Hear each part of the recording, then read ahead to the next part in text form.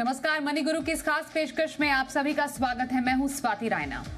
जिंदगी के बड़े लक्ष्यों में बच्चों की पढ़ाई और उनके सुनहरे भविष्य का सपना हर माता पिता का होता है। आज हम बताएंगे बच्चों के लिए किन फंड प्लान में निवेश करें, चिल्ड्रन ओरिएंटेड म्यूचुअल फंड या फिर किसी भी इक्विटी फंड में निवेश है इनके लिए बेहतर ऑप्शन। इसके अलावा और भी कई विकल्पों पर करेंगे खास चर्चा। हमारे साथ दो खास एक्सपर्ट्स हैं, उनका परिचय करा देते हैं। Hemant Rustagi, CEO Wise Invest, और Vikas Puri, head west zone Complete Circle Consultants. बहुत स्वागत करते हैं हेमंत जी और विकास, आप दोनों का ही हमारे साथ इस खास कार्यक्रम में शामिल होने के लिए। तो जो जिंदगी के जरूरी माइलस्टोन्स होते हैं, बच्चों की पढ़ाई और उनके छोटे बड़े खर्च, वो हर एक माता पिता का सबसे बड़ा लक्ष्य होता है, इवन शायद रिटायरमेंट से भी बड़ा, क्योंकि इसके अलग अलग स्टेजेस होते हैं। मैं हेमंत जी आपसे पहले समझना चाहती हूँ कि जो बच्चों के लिए जो निवेश होता है, स्पेशली जब राइट फ्रॉम जब फैमिली प्लानिंग जो स्टेज होता है वहां से लेकर फाइनेंशियल प्लानिंग तक जब ये बात आती है, कितने अलग अलग पड़ावों से होकर ये पूरा काफिला गुजरता है? जी स्वाति, आपने बिल्कुल सही कहा। अगर हम बात करें हमारे लाइफ के जो सबसे इंपॉर्टेंट गोल्स हैं, उसमें बच्चों की पढ़ाई, बच्चों के फ्यूचर को सिक्योर करने का जो गोल है वो काफी इंपॉर्टेंट होता है। क्योंकि मुझे लगता है कि एज ए पेरेंट वो बेस्ट गिफ्ट है जो अपने इस बच्चों को हम दे सकते हैं कि उनको अच्छी से अच्छी एजुकेशन दे सकें, ताकि उनका फ्यूचर सिक्योर हो, वो किसी और के ऊपर डिपेंडेंट ना हो। और ये इसलिए भी इंपॉर्टेंट होता है क्योंकि ये लॉन्ग टर्म का गोल होता है, स्पेशली अगर हम हायर एजुकेशन की बात करें। हालांकि जैसा आपने इंपॉर्टेंट होता है क्योंकि ये लॉन्ग टर्म का गोल होता है, स्पेशली अगर हम हायर एजुकेशन की बात करें। हालांकि जैसा आपने बिल्कुल सही कहा कि शुरुआती दौर से ही, शुरुआती समय से ही आपको पैसे की जरूरत होती है बच्चों को अच्छे से अच्छे स्कूल में भेजने के लिए, अच्छे कॉलेज में भेजने के लिए। और हायर एजुकेशन के लिए तो ऑफकोर्स आपको बड़ा समय ऐसा लगता है, समय भी काफी होता है, तो इंपॉर्टेंट होता है। और सबसे इंपॉर्टेंट चीज यहाँ पे ये है कि जो महंगाई दर है एजुकेशन की, वो नॉर्मल इन्फ्लेशन से कहीं ज्यादा 10 या 11% की होती है। तो ये सब चीजों को हम ध्यान में रखें तो पता चलता है कि एक ऐसा गोल है, बहुत ही इंपॉर्टेंट लॉन्ग टर्म गोल है, स्पेशली हायर एजुकेशन का, और उस पर जितना जल्दी हो सके हम तैयारी करना शुरू करें। इनफैक्ट मेरा तो ये मानना है, और ये कहा भी जाता है, और ये जिन्होंने किया है उनको फायदा भी हुआ है, कि बच्चे के जन्म के समय से ही अगर आप उसको प्लान करना शुरू करें तो लंबा समय आपको मिलता है उतना कॉर्पस आपको बनाने के लिए। तो हर स्टेज जो है बच्चे की एजुकेशन की रिक्वायरमेंट आपकी अलग है। जो शुरुआती समय पे जो आपको पैसा लगता है वो आपके बजट का हिस्सा होना चाहिए, चाहे वो स्कूल की फीस हो। उसके बाद जो पैसा लगता है उसके ऊपर आप प्लान करना शुरू करते हैं। तो ऐसा नहीं है कि सीधा आप हायर एजुकेशन का ही प्लान करेंगे। आपको जो और जो हायर क्लासेस में, स्कूल्स में जो पैसा लगता है, आपको हमें पता है कि एडमिशन फीस कितनी है, रेगुलर फीस कितनी है, तो वो प्लानिंग जो है शुरुआत से हो। और ये कुछ प्लानिंग शॉर्ट टर्म होगी, कुछ प्लानिंग मीडियम टर्म होगी, और जो बड़ा जो रकम है वो लॉन्ग टर्म की होगी। तो हर फेज के लिए मुझे लगता है इसको प्लान करने की जरूरत है। जैसा मैंने कहा, इंपॉर्टेंट है ये लक्ष्य कितना है, इन्फ्लेशन को ध्यान में रख के लक्ष्य बनाएं, स्पेशली लॉन्ग टर्म वाला जो है। ये सब चीजों को ध्यान रखें और जितना जल्दी शुरू करें। और सबसे इंपॉर्टेंट चीज, सही इन्वेस्टमेंट ऑप्शन हो, ऐसी इन्वेस्टमेंट ऑप्शन जो हम हमेशा नॉर्मल जो गोल्स के लिए कहते हैं कि इन्फ्लेशन, जो एजुकेशन इन्फ्लेशन है, उसको बीट करने में आपको मदद कर सकते। तो जैसा हेमंत जी ने बताया कि कई पड़ावों से गुजरते हुए बच्चों के लिए स्पेशली अलग अलग जो गोल्स होते हैं, हम उनको देखते हैं, समझते हैं। मतलब जब से बच्चा पैदा होता है और जब तक वो खुद से कमाई शुरू नहीं कर देते हैं, तब तक आपको एज पेरेंट्स उनके खर्चों का ख्याल रखना पड़ता है, उनकी परवरिश का ख्याल रखना पड़ता है। अब क्योंकि हेमंत जी ने बात की यहाँ पर कि बच्चों के लिए ऐसे निवेश विकल्पों की जरूरत है जो कि ना सिर्फ इन्फ्लेशन बल्कि एजुकेशन इन्फ्लेशन को भी मात दे। हालांकि बहुत सारे निवेश विकल्प हैं बच्चों के लिए, स्पेशली सबसे पॉपुलर में जैसे लड़कियों के लिए, बच्चियों के लिए सुकन्या समृद्धि योजना है। बच्चों के नाम पर पीपीएफ अकाउंट खोले जाते हैं। कई चिल्ड्रन जो म्यूचुअल फंड्स हैं वो भी कई एएमसीज की हैं। सबसे पारंपरिक पुराना है कि एफडी खोल दी, गोल्ड खरीद लिया, या फिर अलग इक्विटी म्यूचुअल फंड्स में निवेश होता है, डेट फंड में निवेश होता है। है तो बहुत तरीके के निवेश विकल्प, लेकिन एक राइट मिक्स क्या होना चाहिए, आज के शो में हम ये समझना चाहते हैं। अब जैसे कई दर्शक हमसे जानना चाहते हैं, ट्रेडिशनल प्लान्स में अगर मैं शुरुआत करूं, जो सुकन्या समृद्धि योजना है बच्चियों के लिए, वो कितनी खास है? अगर आपको बेटी के लिए, पढ़ाई के लिए, उसके भविष्य के लिए प्लानिंग करनी है, तो सुकन्या समृद्धि आजकल के समय में कितनी अट्रैक्टिव स्कीम है?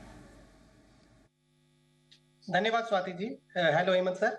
सो बेसिकली स्वाति, सुकन्या समृद्धि अगर आप बोलेंगे तो वन ऑफ माय फेवरेट जो हम इन्वेस्टमेंट रिकमेंडेशन देते हैं, क्योंकि ये बेटी बचाओ बेटी पढ़ाओ जो कैंपेन स्टार्ट किया था गवर्नमेंट ने, उसके अंडर में ये स्कीम लॉन्च किया था।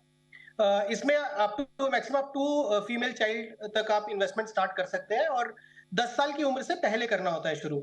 ये इसलिए फेवरेट है कि अच्छी चीज क्या होती है कि स्वाति, जब बच्चे छोटे होते हैं तो मतलब पेरेंट्स के लिए अच्छी चीज ये है कि समय उनकी तरफ है।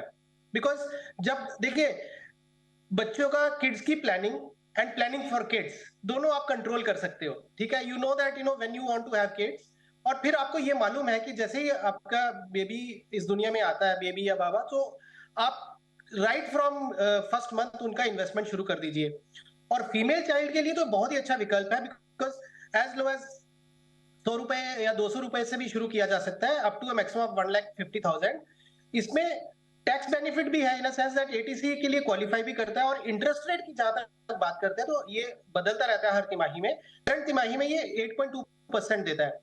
और ये डिसिप्लिन है। यदि एक बिटिया छोटी है और वहां से शुरू कर दिया, मेजर खर्चा कब आएगा? जब 12th की पढ़ाई होगी या शादी होगी, विच मीन्स कि आपके पास 12-15 साल का समय है। और ये 12-15 साल में अगर डिसिप्लिन अप्रोच से शुरू किया जा सकता है तो ये एक बहुत अच्छा विकल्प है जो सबको करना चाहिए। बिकॉज एक तो फर्स्ट ऑफ ऑल इसमें मार्केट रिस्क कुछ नहीं है, और एक आपको फिक्स्ड वो मिलेगा। और जैसा मैंने बोला कि बेटी बचाओ बेटी पढ़ाओ अभियान के अंतर्गत आता है, आई एम श्योर गवर्नमेंट इसको अच्छे इंटरेस्ट रेट की तरफ ही रखेगी ताकि ज्यादा से ज्यादा लोग इसमें पार्टिसिपेट कर सकें। तो एक सरकारी योजना है सुकन्या समृद्धि। हो सकता है आप में से कई दर्शकों ने अपनी बच्चियों के लिए ये योजना खोली हो, तो आपको मालूम होगा काफी अट्रैक्टिव इंटरेस्ट रेट ब्याज दर है इस पर 8.2% की, और 1.5 लाख तक एटीसी के तहत आपको टैक्स की छूट भी मिलती है। इसमें हेमंत जी, मैं आपसे ये भी जानना चाहती हूँ कि जो लोग क्योंकि इन्फ्लेशन बीटिंग रिटर्न्स की यहाँ पर बात हो रही थी, अच्छा रिटर्न चाहते हैं, उनके लिए म्यूचुअल फंड में निवेश का एक अच्छा रास्ता है चिल्ड्रन ओरिएंटेड फंड। क्या खासियत ऐसे फंड्स की होती है और जो एएमसीज इनकी पेशकश करते हैं वो क्या बेनिफिट्स देते हैं ऐसे फंड्स में? देखिए Swati, at the end of the day वो सब म्यूचुअल फंड प्रोडक्ट है। और खासियत की अगर मैं बात करूं तो खासियत ये होती है कि उनका नाम जो है वो चिल्ड्रन प्लान है, तो कहीं ना कहीं वो आपको एसोसिएट करने में मदद करता है कि आप किस गोल के लिए अचीव कर रहे हो। और कहीं ना कहीं मेरा ये मानना है कि इन्वेस्टर्स जो उसमें इन्वेस्ट करते हैं उनको लगता है कि क्योंकि ये बच्चों के लिए है और बच्चों के फंड में हम इन्वेस्ट कर रहे हैं, तो हम इसको नॉर्मली इसको टच नहीं करेंगे, शायद हमको मदद करेगा। क्योंकि कभी कभी हो सकता है मजबूरी हो, कभी टेम्पटेशन हो कि इस पैसे को कहीं और इस्तेमाल करते हैं, फिर ये पैसा बाद में वापस लगा देंगे, जो करना बहुत ही मुश्किल होता है। तो आई थिंक इंपॉर्टेंट एस्पेक्ट वही है, जैसा मैंने पहले भी कहा कि क्योंकि गोल इंपॉर्टेंट है, बड़े पैसे की जरूरत है, लंबा समय है, तो जो डिसिप्लिन है आपको थ्रू आउट रखना पड़ता है। ये जो प्लान्स हैं जो जिनको हम सोल्यूशन ओरिएंटेड प्लान्स का हिस्सा मानते हैं, वो आपको मदद करते हैं कहीं ना कहीं ये इंश्योर करने के लिए कि आप उस पैसे को आप टच नहीं कर रहे हो। अदरवाइज इसमें ऐसा कुछ खास नहीं होता है। इसमें ऑफ कोर्स एक लॉक इन पीरियड रहता है, 5 साल का लॉक इन पीरियड है, या फिर बच्चे की उम्र 18 साल जो भी उससे कह रहे हो। तो एक तो लॉक इन है, वो कहीं ना कहीं आपको इंश्योर करता है कि आप उसमें कंटिन्यू करते रहें। दूसरा, क्योंकि बच्चे का आपको पता है बच्चे के फ्यूचर के लिए, तो उसको आप टच नहीं करते हो। अदरवाइज अगर हम इसको एनालाइज करें, ज्यादातर जो फंड है वो हाइब्रिड कैटेगरी के फंड है। उसमें काफी सारे ऐसे फंड हैं जिनमें इक्विटी एलोकेशन जो है 65% से ज्यादा है, तो आपको जो टैक्सेशन जो मिलता है वो इक्विटी का मिलता है। इसका मतलब ये है कि आपको सिर्फ 10% कैपिटल गेन देना है ओवर द पीरियड में आप पैसा निकालते हो। तो सिर्फ मुझे लगता है सबसे बड़ा फायदा उसका यही है कि क्योंकि आपको पता है कि वो चिल्ड्रन प्लान है, आप उसमें बने रहेंगे।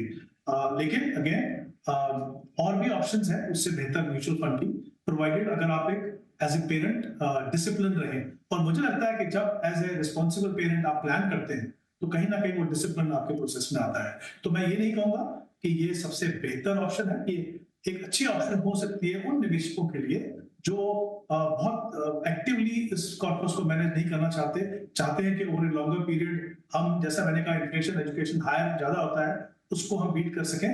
और ऑब्वियसली जो रिटर्न है वो टैक्स एफिशिएंट है, क्योंकि उसमें टैक्सेशन जो है वो इक्विटी का है, और लॉक इन पीरियड इंश्योर करता है कि आप बहुत जल्दी उसमें से पैसा ना निकालें।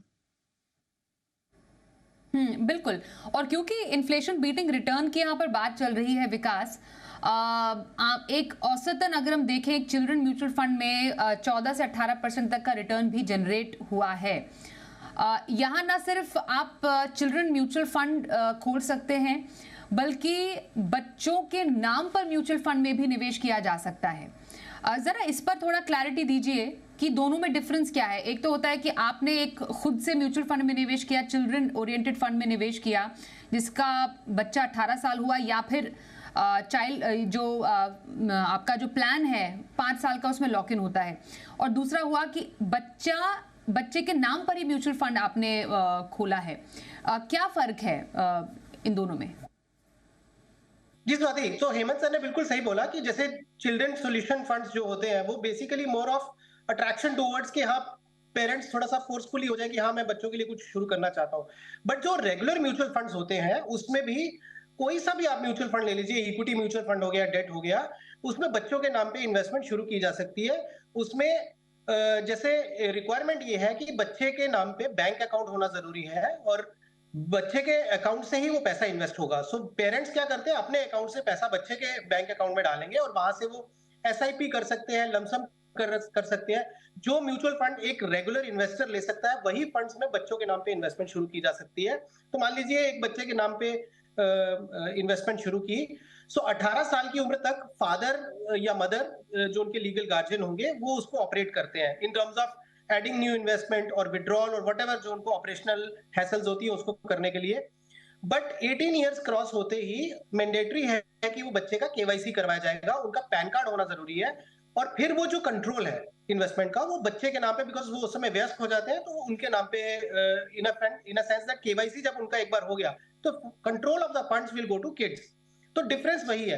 और मैं ये आपके माध्यम से यही बोलना चाहता हूँ कि ऐसा जरूरी नहीं है कि आपने सिर्फ चिल्ड्रन ओरिएंटेड फंड में ही इन्वेस्टमेंट शुरू करनी है उनकी। आप रेगुलर म्यूचुअल फंड में भी अपने बच्चे के नाम पे इन्वेस्टमेंट शुरू कर सकते हैं, एसआईपी कर सकते हैं, लमसम कर सकते हैं। केवल रिक्वायरमेंट ये है कि आपका खुद का केवाईसी होना चाहिए कि जब तक बच्चा माइनर है तो पेरेंट्स का केवाईसी यूज होता है। बैंक अकाउंट बच्चे का होना मैंडेटरी है। आप अपने अकाउंट से इन्वेस्ट नहीं कर सकते, आप बच्चे के अकाउंट खोलिए उनके नाम का और फिर वहां से आप इन्वेस्टमेंट शुरू कर दीजिए। हेमंत जी, कई क्वेरी हमारे पास आती है बच्चों के लिए पीपीएफ अकाउंट को लेकर। पीपीएफ अकाउंट मानिए पेरेंट्स ने अपने अपने नाम का खोला है और बच्चों के नाम पर भी चलिए खोल दिया, तो वो ये कई बार जानना चाहते हैं जो टैक्स बेनिफिट मिलता है 80C का 1.5 लाख का, क्योंकि बच्चों के लिए अगर पीपीएफ अकाउंट खोला है तो गार्जियन के तौर पर माता पिता का नाम लिखा है जैसे मानिए, तो क्या दोनों ही अकाउंट्स पर ये बेनिफिट अवेल किया जा सकता है? हाँ, देखिए बेसिकली क्या होता है कि अगर आप पेरेंट्स अगर आपने अपने नाम पे खोला है, एक एक अकाउंट आप खोल सकते हैं, एक से ज्यादा अकाउंट आप नहीं खोल सकते। अगर बच्चे के नाम पे खोलते हैं तो बच्चे के नाम पे भी आपको जो ऑब्वियसली उनकी जो रिटर्न फाइल होती है वो बच्चे के नाम से नहीं होती, आपके नाम से होती है, तो वो कंबाइन करके आपको मिलेगा। ऐसा नहीं कि आप बच्चे के नाम से अलग ले रहे हैं और उसके नाम से अलग ले रहे हैं। तो आई थिंक दूसरी इंपॉर्टेंट चीज मुझे लगता है ये है कि अगर आप इसको स्पेशली बच्चों की एजुकेशन के लिए ले रहे हैं तो करंट रेट अगर आप देखें तो 7.1% है, हालांकि टैक्स फ्री है। बट मेरा ये मानना है कि ट्रेडिशनल ऑप्शन जो है, स्पेशली अगर आपको देखना भी है तो फिर आप सुकन्या समृद्धि को फिर भी गर्ल चाइल्ड हो तो देख सकते हैं। बट अदरवाइज मुझे लगता नहीं कि इसका बहुत बड़ा रोल है इस पर्टिकुलर गोल के लिए, क्योंकि जैसा मैंने कहा कि एजुकेशन इन्फ्लेशन जो है वो काफी ज्यादा होता है उससे। तो अगर हम म्यूचुअल फंड की जैसे हमने बात की थी यहाँ पे 14 से 18%, और इनफैक्ट अगर आप प्योर इक्विटी फंड में जाएंगे तो रिटर्न उससे भी ज्यादा बेटर हो सकता है। तो टैक्स पे करने के बाद भी मुझे लगता है कि काफी बेहतर आप रिटर्न ले सकते हैं। तो टैक्स बेनिफिट एक कंसिडरेशन आपके लिए हो सकता है, बट आई थिंक हमें ये नहीं भूलना चाहिए कि हमारा पूरा फोकस जो है उस कॉर्पस को बनाने पे होना चाहिए जिसके लिए हम स्पेसिफिक पर्पस के लिए हम इन्वेस्टमेंट कर रहे हैं, ना कि एक जो टैक्स है मुझे लगता है इंसिडेंटल है। But of course return tax efficient होने चाहिए जो म्यूचुअल फंड में आपको मिलते हैं। कई इंश्योरेंस प्लान भी बच्चों के नाम पर है विकास। इसकी क्या खासियत है और क्या जरूरी है बच्चों के लिए इंश्योरेंस प्लान खरीदना? अगर माता पिता का insurance portfolio up to date है, टर्म प्लान ले रखा है, तो इसकी अनिवार्यता रहती है क्या? सी स्वाति, जैसा म्यूचुअल फंड्स में भी वैसे इंश्योरेंस में भी है कि किड्स के नाम पे प्लान बन जाते हैं या अलग अलग तरीके से थीम्स बना के और इंश्योरेंस प्रोडक्ट देने की कोशिश की जाती है। सो बेसिक आइडिया इंश्योरेंस का इंश्योरेंस ही होना चाहिए which is like term plan. That is the right approach. और फिर जैसा आपने बोला कि आप टर्म प्लान ले लें और उसके साथ में म्यूचुअल फंड के सिप कर दीजिए या म्यूचुअल फंड में इन्वेस्ट करिए और उसके साथ में टर्म प्लान लिया है, तो आपने खुद से ही एक प्रोडक्ट क्रिएट कर दिया जो इंश्योरेंस कंपनीज आपको देने की कोशिश कर रही हैं। बट एक क्राइटेरिया और होता है स्वाति, जिसको हम बोलते हैं बिहेवियर। और यदि आपका बिहेवियर है कि आप इन्वेस्ट करते हैं या बहुत कम करते हैं या फोर्स्ड सेविंग करना चाहते हैं, तो ये जो पीपीएफ हो गया या कुछ आपने स्मार्ट किड सॉल्यूशंस दे लिए इंश्योरेंस के थ्रू। बट अगर आप रिटर्न पॉइंट ऑफ व्यू से बोलेंगे तो ऑब्वियसली जैसे हेमंत सर बोल रहे हैं कि बहुत म्यूचुअल फंड में बहुत सारे ऐसे प्रोडक्ट्स हैं जो बच्चों के नाम पे आप सब्सक्राइब करें और रिटर्न बहुत सुपीरियर आ जाएगी और टैक्स एफिशिएंसी भी है उसकी। सो वो ज्यादा बेहतर रहेगा बिकॉज जो कंपनीज इंश्योरेंस बेचने वाली हैं वो तो अपना कोशिश करेंगी कि वो इनोवेटिव प्रोडक्ट्स लेके आए और वो जितना ज्यादा से ज्यादा हो अट्रैक्ट करें इन्वेस्टर्स को। But ideally insurance should be taken for the purpose of insurance. वो टर्म प्लान जैसे पेरेंट्स जो होते हैं वो ले लें, because end of the day अपने आप को जो सेफगार्ड करना है वो इंश्योरेंस प्लान का, उसका पर्पस ही यही है कि अगर ब्रेड विनर को कुछ हो जाता है तो पीछे की फैमिली जो है वो अफेक्टेड ना फील करे। So term plan club with mutual fund SIPs और रेगुलर म्यूचुअल फंड्स थ्रू आप अगर टॉप अप करते हैं या लमसम करते हैं, वो एक आइडियल कॉम्बिनेशन है। बिल्कुल। हेमंत जी, कुछ ऐसे चिल्ड्रन म्यूचुअल फंड या सोल्यूशन ओरिएंटेड फंड जो आपको लगता है कि पोर्टफोलियो में ऐड किए जा सकते हैं? हाँ जी, डेफिनेटली। जैसा मैंने कहा करीब 8 या 9 फंड्स हैं इस पर्टिकुलर कैटेगरी में, जिसको हम सोल्यूशन ओरिएंटेड कैटेगरी बोलते हैं। वहाँ पे कुछ फंड्स हैं जिनकी परफॉर्मेंस काफी लॉन्ग टर्म है और कंसिस्टेंटली अच्छा परफॉर्म किया है। अगर किसी भी निवेशक को उसको अपने पोर्टफोलियो में शामिल करना है तो कुछ एक फंड है, जैसे HDFC चिल्ड्रन गिफ्ट फंड है जिसमें करीब 68% इक्विटी में बाकी डेट के अंदर है। SBI magnum children benefit fund investment plan, जहाँ पे करीब 75% इक्विटी में एलोकेशन है और 14% डेट में और 7% जो है वो इंटरनेशनल इक्विटी में है। उसके अलावा ICICI true child care gift plan है जिसमें 81% जो है वो इक्विटी में है और बाकी जो पैसा है वो डेट में है। तो ये कुछ एक ऐसे फंड है इस कैटेगरी में जिनको कंसिडर किया जा सकता है। पर जैसे मैंने पहले भी कहा था, मेरा ये मानना है क्योंकि ये लॉन्ग टर्म गोल है, 15-18 साल का समय है आपके पास, तो जो नॉर्मल इक्विटी फंड है अगर आप डिसिप्लिन रह सकते हैं तो जो नॉर्मल इक्विटी फंड है जैसे कुछ कैटेगरीज में मल्टी कैप फंड हो गया या फिर लार्ज एंड मिड या फिर फ्लेक्सी कैप, ये जो फंड्स हैं अगर 2-3 फंड का आप बास्केट बनाए, और उसका फायदा एक और भी होता है कि अगर आप पूरा पैसा एक ही चिल्ड्रन फंड में लगा रहे हैं और किसी कारण से वो फंड की परफॉर्मेंस कुछ समय तक या लंबे समय तक अच्छी नहीं रहती है तो पूरा का पूरा जो है कॉर्पस के ऊपर इम्पैक्ट पड़ता है। जबकि नॉर्मल इक्विटी फंड अगर जो आप देखते हैं 2-3 का अगर आप एक पूल बना के आप उस पैसे को इन्वेस्ट करें तो फिर आपको पता है कि एटलीस्ट कुछ फंड आपके पोर्टफोलियो में अच्छा करेंगे, ओवरऑल भी उनकी रिटर्न जो है मुझे लगता है इससे बेहतर हो सकती है। बिल्कुल, क्योंकि डाइवर्सिफिकेशन की बात हेमंत जी कह रहे हैं कि not only with in mutual fund बल्कि आपको अगर हम विकास बच्चों के अलग अलग गोल्स के लिए एक पोर्टफोलियो बनाए, क्योंकि बच्चों की लाइफ का एक गोल नहीं होता, जो हमने शो की शुरुआत में चर्चा की थी, अलग अलग पड़ाव उनकी जिंदगी में आते हैं। तो छोटे गोल्स के लिए और बड़े गोल्स के लिए क्या आप वेरी क्विकली सजेस्ट कर सकते हैं कि एक ट्रेडिशनल प्लान और टुवर्ड्स इक्विटी एक बैलेंस कैसे बनाया जा सकता है? सो सी, जैसे गर्ल चाइल्ड के लिए जो हमने बोला, Sukanya Samriddhi definitely we should be a part of your goal plan, क्योंकि उस पे आप छोटा छोटा अमाउंट एक लंबे समय के लिए डालेंगे तो अच्छा रहेगा।